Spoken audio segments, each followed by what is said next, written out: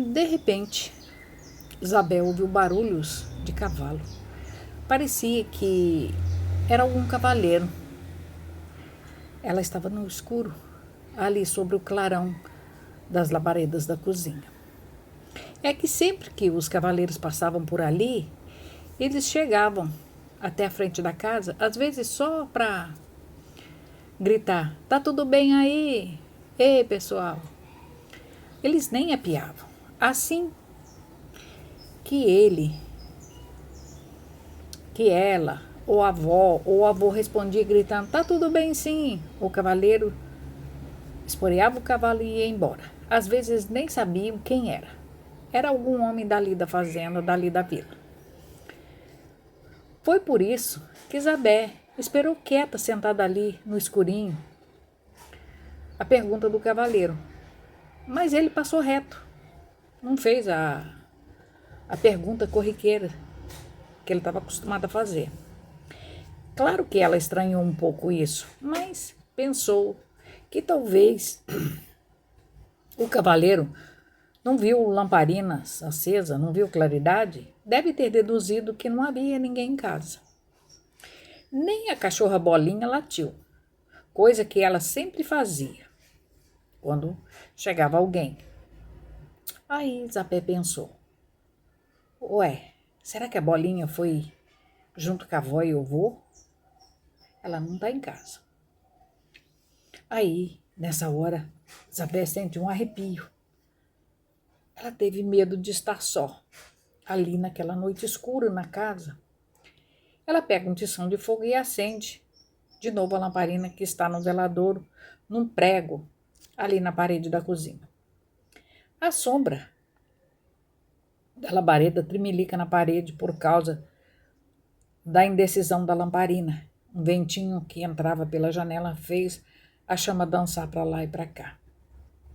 A Isabel fica de cócoras na porta da cozinha, a olhar a estrada. Queria ver se os avós iam voltar lá na curva, se já estava vindo embora. Ela, de repente, não se sentia bem de estar só. Mas nada deles aparecerem. Então ela se levanta, pega a lamparina e resolve ir até a sala para fechar as duas janelas da frente que estão abertas.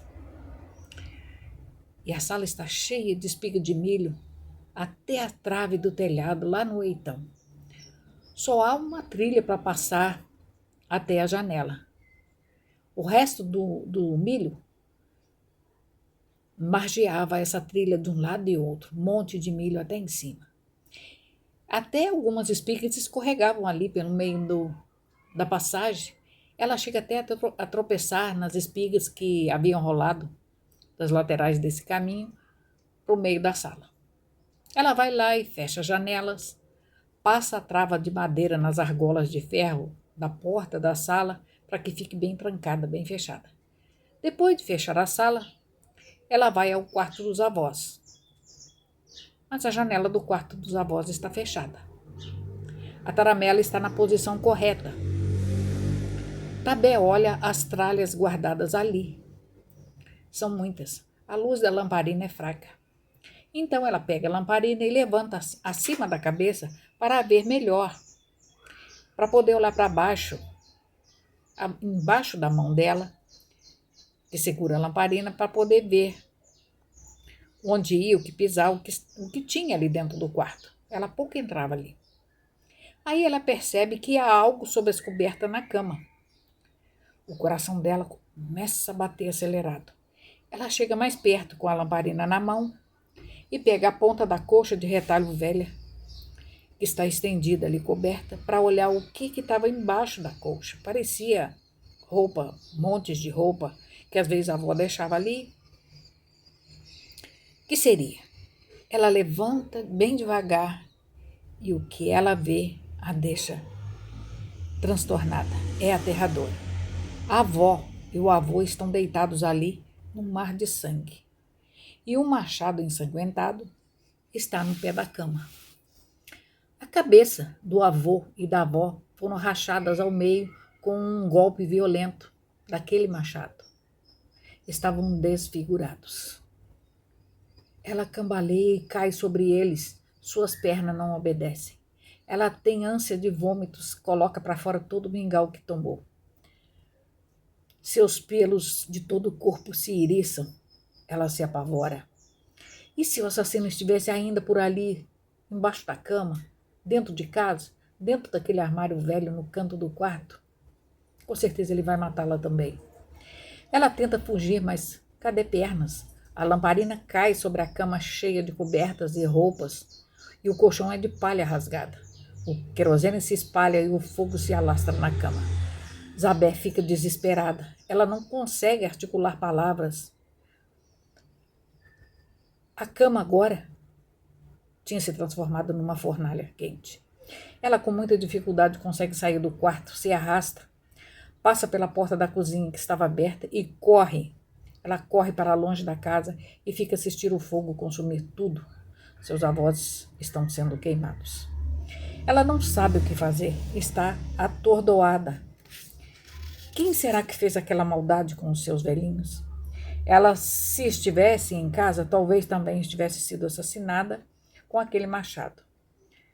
Zabé reconheceu, aquele machado não era estranho, ele era ali da casa. Desde sempre ela viu o machado ser usado. Ele tinha uma parte embaixo, no cabo, no encaixe, pintado de preto. O avô sempre pintava a ponta da madeira onde encaixava na ferramenta para que durasse mais, para não apodrecer quando tomasse chuvas. A tinta preta seria uma proteção da madeira. Fran havia saído para a sua caçada noturna às mariposas, e de longe ele viu o clarão do incêndio, coisa não muito normal por ali. E ali na roça, quando anoitece, fica tudo muito escuro. Qualquer clarão que as pessoas percebem pode correr em socorro porque é incêndio com certeza. Fran chega em frente ao casebre e encontra Zabé ajoelhada chorando, desesperada, olhando para o casebre que ardia em chamas. Ele pergunta a ela o que aconteceu, mas ela não fala, só chora, parece em transe. Ele a pega nos braços e corre com ela para a casa grande. Na estrada, encontra o capataz, que estava acompanhando os outros homens que também haviam visto o clarão do incêndio. O cheiro de milho queimado invadia toda a noite. Zabé foi amparada pelas mulheres da fazenda, mas ela não dizia uma só palavra. Chorava desesperadamente. Chorou até adormecer de cansaço. E mesmo dormindo ela soluçava. As pessoas faziam conjecturas sobre o incêndio. Ninguém imaginava o que Zabé viu e o que ela sabia. Ela não conseguiu dizer uma só palavra durante os funerais. Só queria dormir para nunca mais acordar. O delegado não investigou. Deu o caso encerrado como um incêndio causado por cigarro dos velhos, que incendiou a cama e o quarto. Em consequência disso, pegou fogo em tudo, na colheita de milho que estava na sala. E ficou por isso mesmo. Era gente pobre. Zabé foi ficando na fazenda. Ela não falava, não comia, queria morrer. Tinha pesadelos, acordava aos gritos no meio da noite. Chamaram um médico e ele encheu ela de calmantes. E o tempo foi passando. A governanta cuidava dela, mas ela não reagia. Estava doente, com depressão profunda. E todos os dias o Dr. Fran vinha vê-la de manhã, assim que chegava de suas caminhadas de pesquisas, e à noite, antes de sair para as pesquisas noturnas. A governanta cuidadora até se irritava com a presença dele ali. Não servia para nada. A moça não ouvia, não falava, estava esperando a morte. E já estava só pele e osso. Fran ia para a beira do rio algumas vezes para ter viva a lembrança dela, saudável, bonita, a nadar nua nas águas do rio. Aquele fiapo humano, ali largado na cama, em nada lembrava a sua sereia apaixonante, vibrante, cheia de vida. Fran chegou a pensar em voltar para a França. Ele já estava ficando cansado de esperar um milagre. O sonho de ter para si a sereia estava se transformando em pesadelo. Ele não iria ficar ali para assistir os funerais da sua bem-amada Zabé. Às vezes, ele ficava imaginando coisas e pensava, será que não foi Zabé que colocou fogo na casa? Talvez ela poderia ter algum distúrbio que eles não conheciam. Coitado de Fran, ele já nem sabia mais o que pensar a respeito de tudo que estava vivendo e de que estava acontecendo à sua amada. Numa tarde, ele estava sentado no barranco perto do rio a observar as andorinhas rabo de tesoura, quando um jovem barbudo passou por ele na trilha. Ele não conhecia aquele homem. Conhecia todos por ali. Quem seria ele? Era um desconhecido. Mas, por incrível que pareça, o tal homem usava uma de suas camisas. O Dr. Fran o reconheceu porque aquela camisa não era uma camisa qualquer que qualquer um usasse. Era uma camisa xadrez de azul e branco, tecido italiano, alta costura. Era de alfaiataria. Seria impossível algum homem por ali ter uma camisa igual a dele. Ainda mais um andante barbudo de trecho, com um saco de tralha nas costas, de pés descalços, sujo, sem banho. A camisa estava limpa, mas a calça do homem era só trapo de tão velha e suja.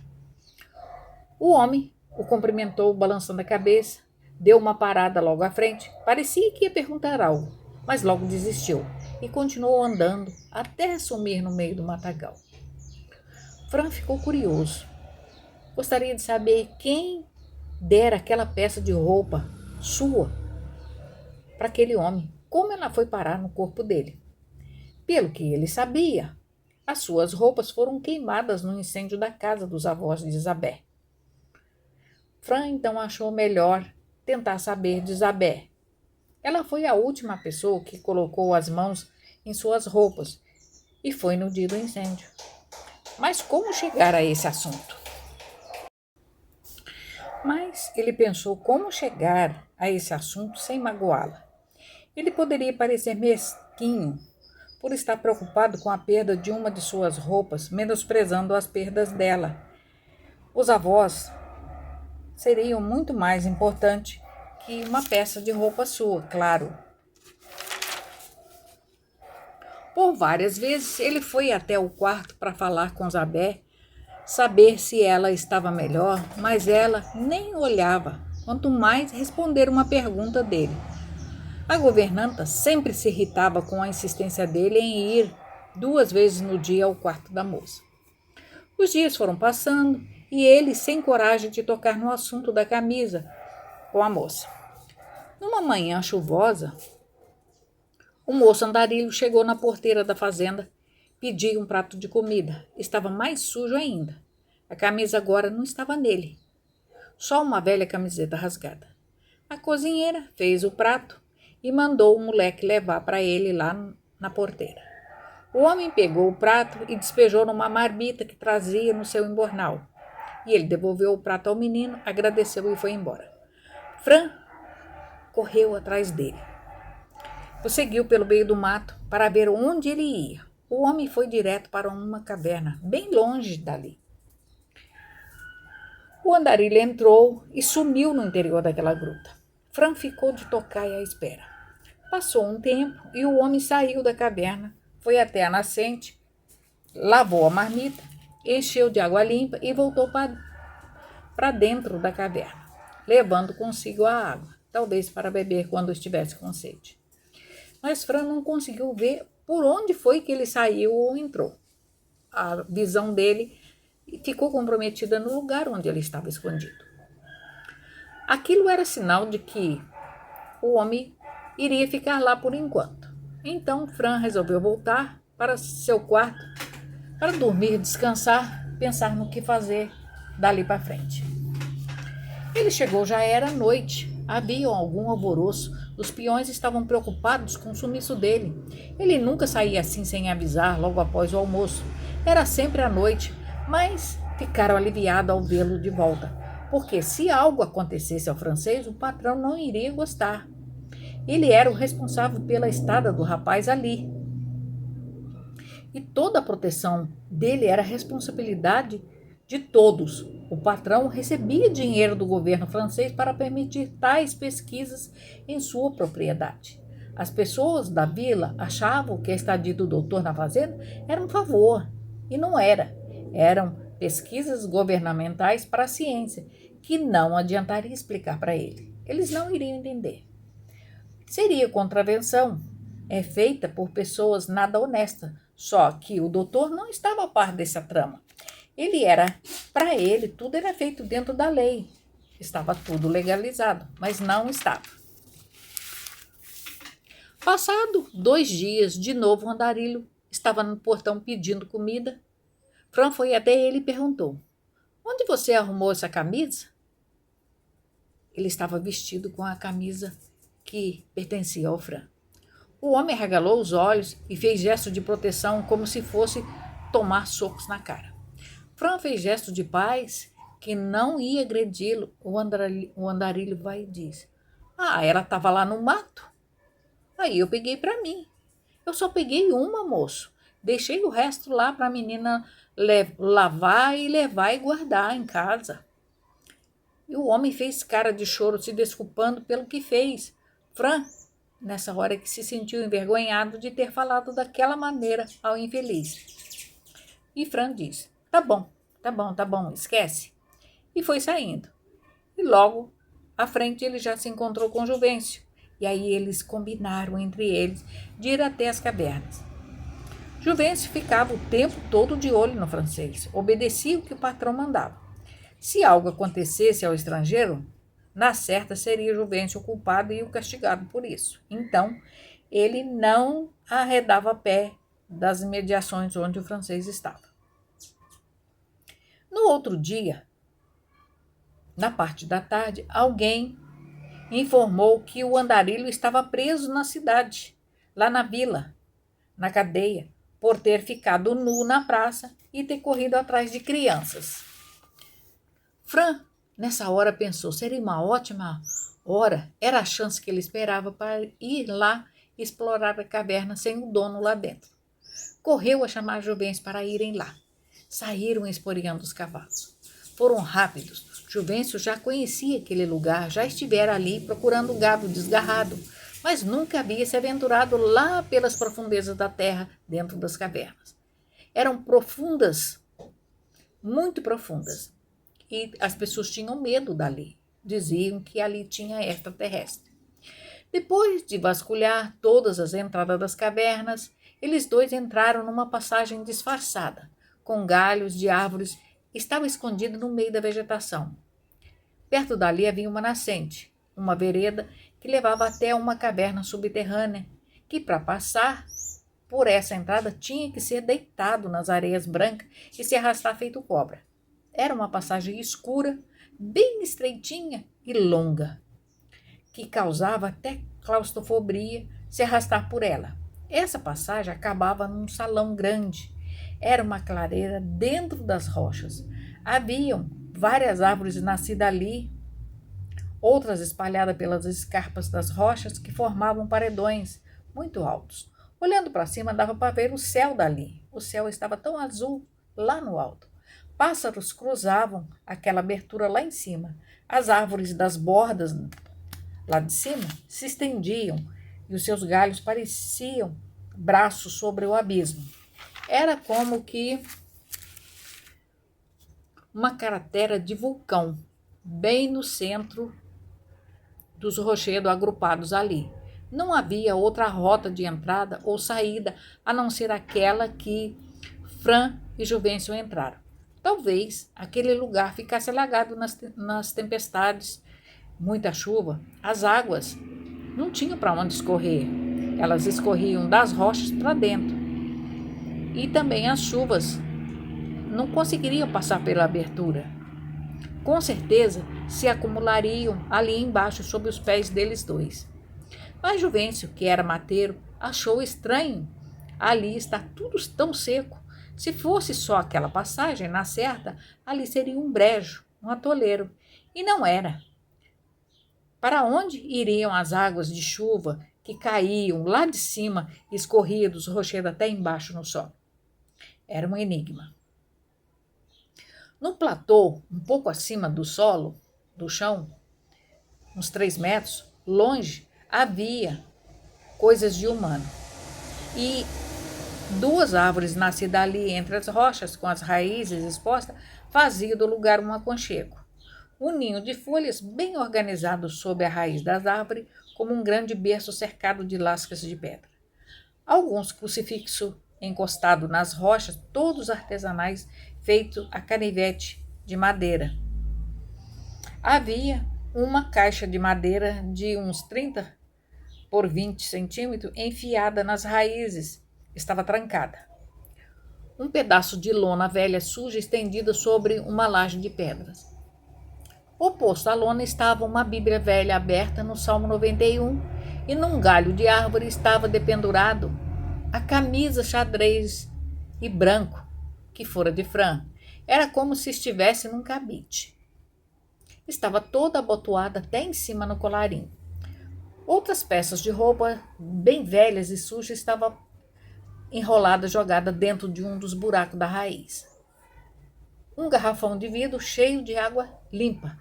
Fran cheirou a água, não tinha cheiro de nada. Havia também, escorado nas rochas, um par de calçados bem velho e furado, um pente faltando alguns dentes e não tinha mais nada. Os dois começaram a procurar a chave da caixa para desvendar o segredo daquele homem das cavernas. Eles reviraram um pouco as coisas que estavam ali, olharam nos fundos das pedras e nada de encontrar. Fran vai até a camisa e vê que há algo no bolso dela. Ele apalpa e sente que é uma chave. E é pequena. Ele fala ao Juvencio: encontrei a chave, vamos abrir a caixa.